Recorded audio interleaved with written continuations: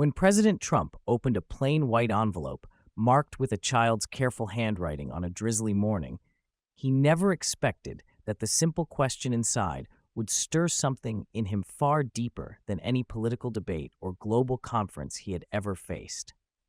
He sat behind the resolute desk, stacks of documents demanding his attention, yet he felt compelled to pause when he saw how unsteady the letters of his name were scrawled across the front. He slipped the note out, bracing himself for a request or a plea of some sort, but he found just one line that made his heart clench. "Mr. President, do you believe in God?" The letter was signed by a 9-year-old girl who had written that she struggled with doubt, had heard whispers of disbelief at school, and wanted to know if someone important and powerful still held faith in a higher power. He read the line again. As President Trump glanced at the silent phone, at the flags draped behind him, and at the window streaked with light rain, he felt an unexpected wave of reflection wash over him. In the chaos of leading a nation, it was rare that he encountered such purity of thought. This was not about foreign policy or tax codes. This was about faith, about the unspoken question of what grounded him as a man and as a leader. He noticed the trembling loop at the end of the girl's name, as though she were uncertain even as she signed it, and he couldn't shake the feeling that this question was more urgent than it seemed. He pressed the intercom button and asked an aide if they could track down the address. He wanted to see if there was a phone number enclosed or some way he could respond directly, but the aide told him there was only a return address, no phone listed. He looked at the note one more time and realized he needed to give this letter the same attention he might give to a major negotiation, because sometimes the simplest questions were the hardest to answer.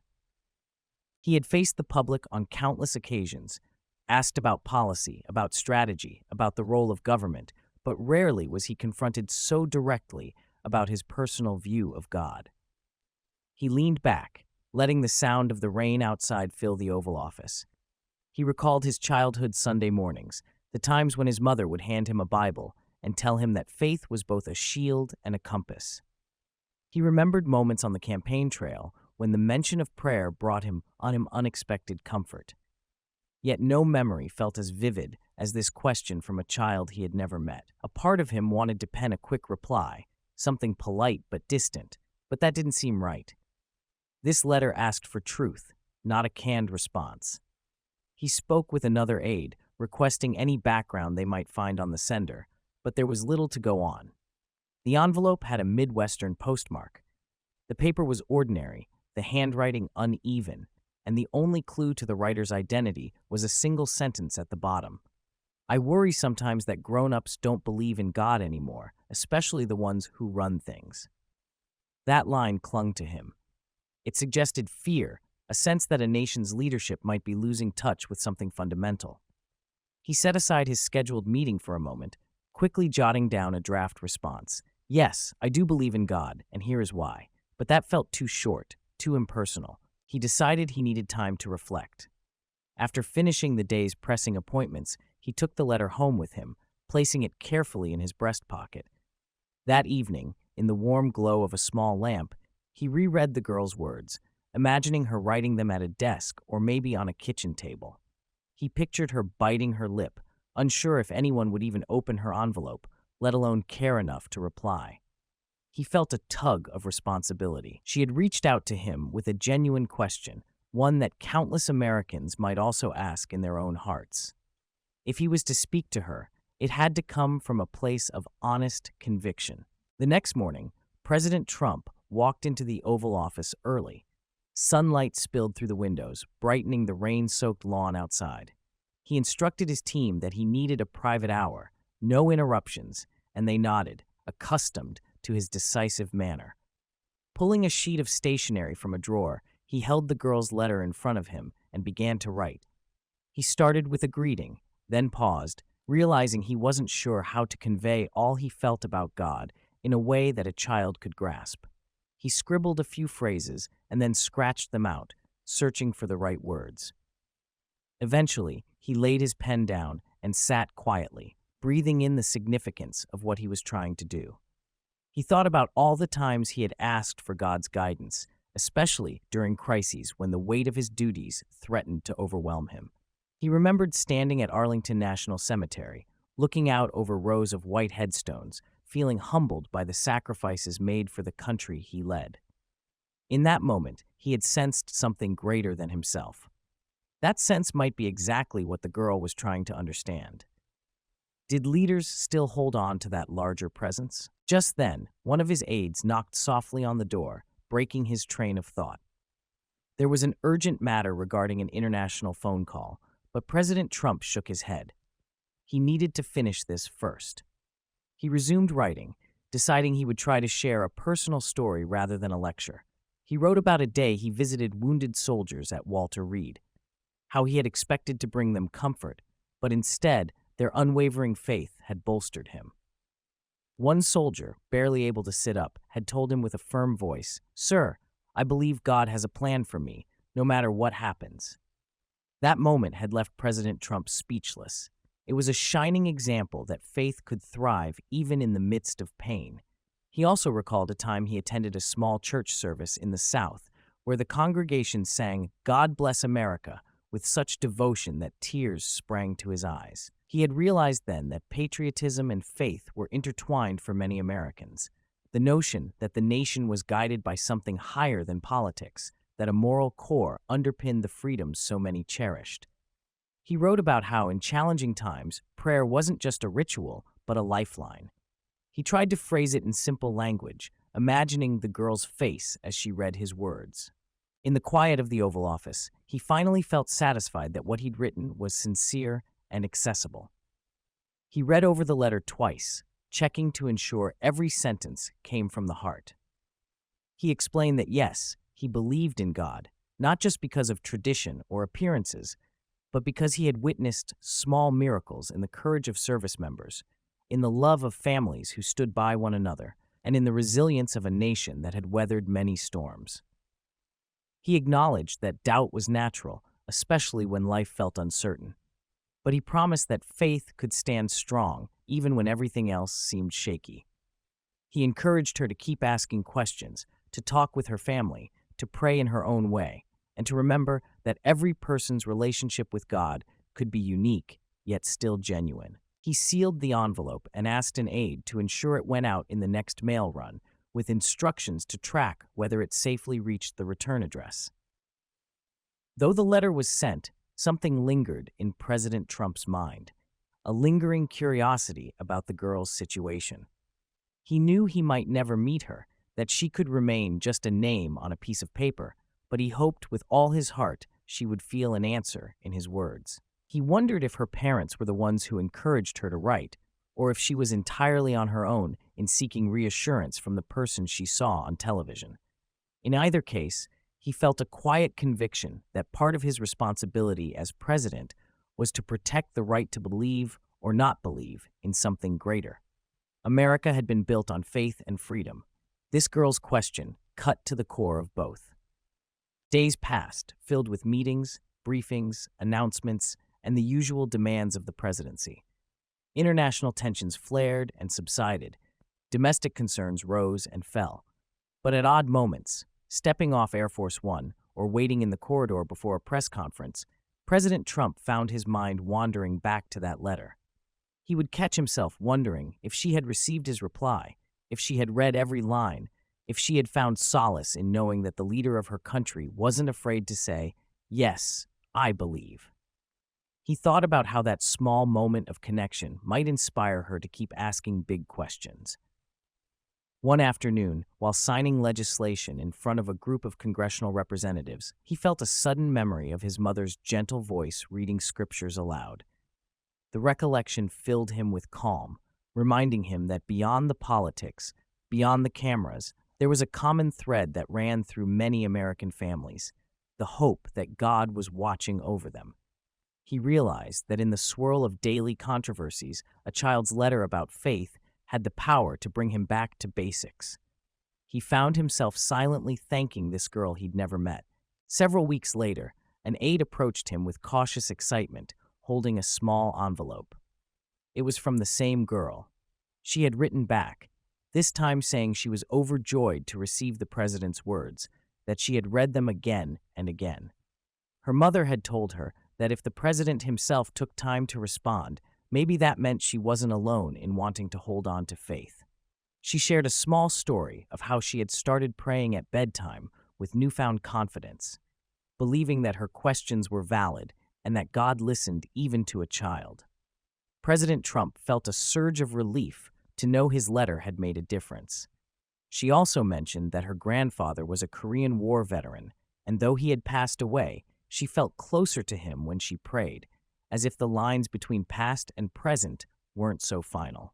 He read her words silently, then carefully placed the letter in a drawer at his desk. He thought about the many aspects of his job that called for logic, strategy, and forceful decision-making, and how easy it was to lose sight of the deeper spiritual dimension that colored the lives of ordinary Americans.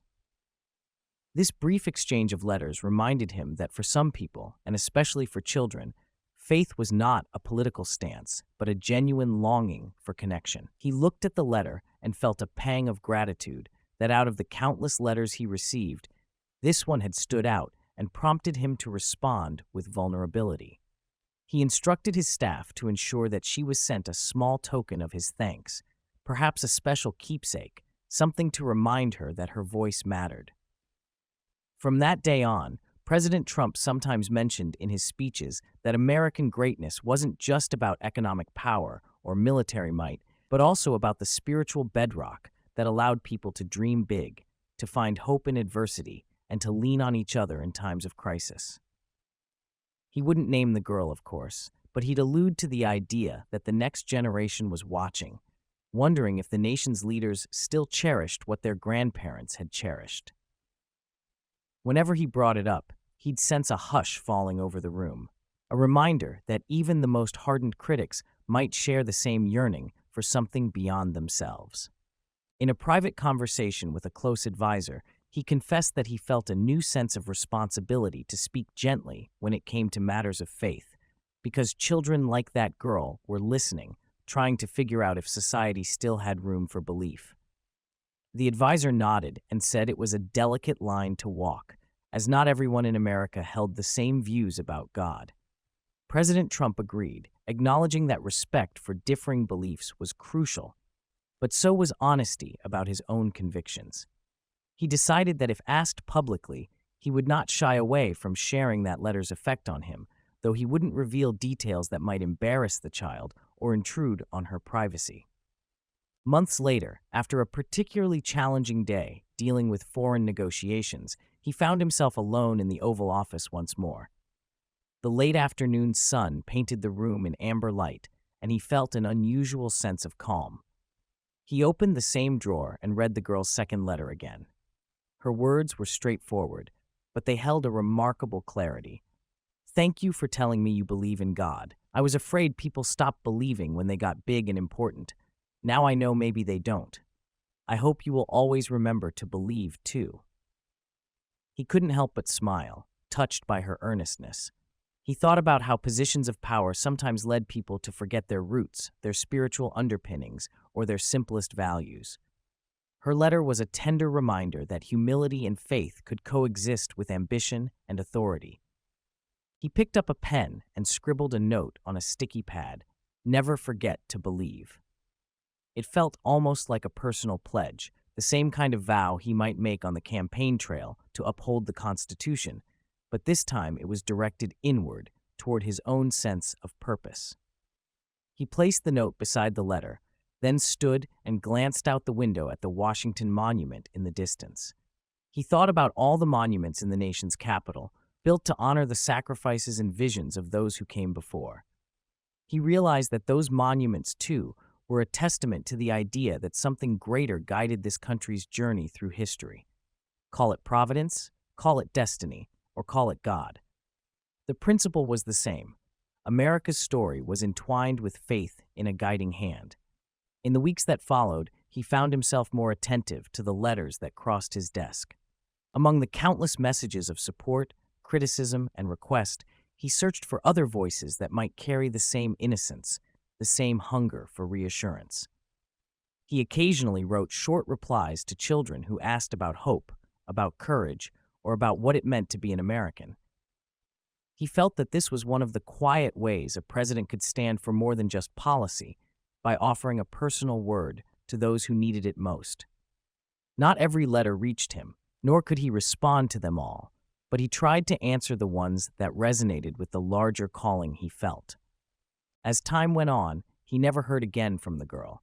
He imagined she was busy with school, with friends, with the ups and downs of childhood, and perhaps she no longer needed any extra reassurance. Yet he often thought back to how her single sentence, "Do you believe in God?" had pricked his heart. In a nation so vast and diverse, it was easy to lose sight of what faith really meant to millions of citizens. Sometimes it took a child's innocence to break through the political haze and bring a leader face to face with the moral foundation that had shaped America's character. On a crisp fall day, President Trump traveled to the Midwest for a series of town hall events. The leaves were turning, painting the landscape in hues of red and gold. In the back of his mind, he remembered the postmark on that girl's letter, wondering if she might be from somewhere nearby. Though he knew the odds were slim, he found himself scanning the crowds, looking for a child who might be glancing at him with that same kind of quiet curiosity. Even though he never spotted anyone matching her description, he felt a renewed sense of connection to the people there, many of whom held deep spiritual beliefs and traditions that shaped their daily lives. During one event in a small church hall, he spoke about the strength of families and the role of faith in overcoming hardships. He mentioned the importance of passing down values from one generation to the next, so children would grow up understanding the choices that previous generations had made. He saw nods and murmurs of agreement, and though it was not a headline-grabbing speech, he sensed it spoke to hearts. Perhaps that was enough. Not every policy announcement or press conference had to dominate the news cycle. Sometimes the real work of leadership happened in quiet moments where truth was shared plainly. After that speech, an elderly veteran approached him, saluting before offering a handshake. The man said softly that he admired how President Trump had recently been open about his personal faith, that it encouraged him to speak more openly with his own grandchildren. President Trump thanked him, feeling a flicker of gratitude toward that little girl all over again. It was as though her question had planted a seed that kept growing, inspiring him to be more forthright about matters of the spirit, not in a way that imposed on others, but in a way that reminded them that the nation's roots ran deep. As the months turned into years, the memory of that letter never faded for President Trump. The world changed, issues came and went, but the essence of what she had asked him remained timeless. In a place of power, did he still hold on to the belief that had shaped the country's founding, that gave hope to weary hearts, that children looked to for comfort when the world seemed too big? The answer, he had discovered, was a resounding yes, even if he sometimes struggled with doubts or faced criticism. Belief was not a weakness, it was a wellspring of strength for countless Americans. Eventually, when reflecting on his time in office, he would cite that letter as one of those small but defining moments that shaped his perspective on leadership. He would recall how it cut through all the noise and forced him to address what he truly believed, not as a politician, but as a person. He hoped that somewhere out there, the girl who wrote it was growing into a young woman with a strong sense of self, continuing to ask tough questions and seeking answers with the same honest curiosity. In private moments, when he prayed or simply stood in the hush of early morning, President Trump would close his eyes and think about how a single piece of mail had bridged a gap between the highest office in the land and the heart of a child. He found that deeply reassuring, a reminder that no matter how complicated politics became, there was still a place in America for straightforward faith and sincere dialogue. That knowledge steadied him through countless challenges, reminding him that in the end, the greatest power he had wasn't just in legislation or executive orders, but in his willingness to stay grounded in the values that truly mattered to the people he served. So the letter, in its plain envelope, remained in a safe place, a tangible symbol of a single question that had transformed a busy day into a moment of profound reflection. Whenever he glimpsed it, he heard the young girl's voice in his mind. timid yet direct.